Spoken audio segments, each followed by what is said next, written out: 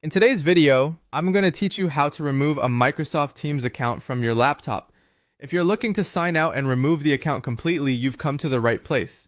Let's go through the process, making sure it's as simple and clear as possible so that you can swiftly remove the account and keep your device organized. First, you need to launch Microsoft Teams on your laptop. You can find it either on your desktop or through your Start menu.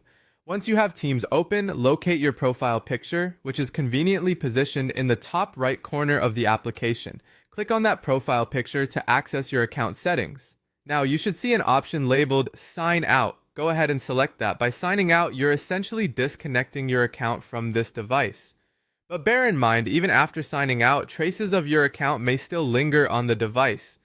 This step only logs you out but doesn't remove all your account information. For those of you concerned about security or wanting to ensure that your account details are entirely removed from the laptop, it might be necessary to take additional steps beyond what's covered in this quick removal. However, for a basic sign-out process, this should suffice.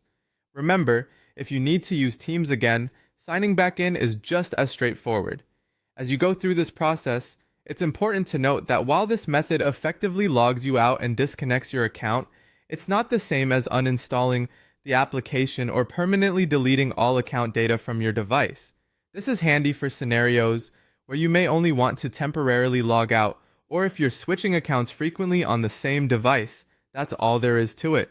You've successfully signed out of Microsoft Teams on your laptop. This quick method is great for managing multiple accounts or logging out for security purposes. If you found this helpful or have any other tech queries, feel free to explore further how-tos or reach out with any questions or feedback you might have.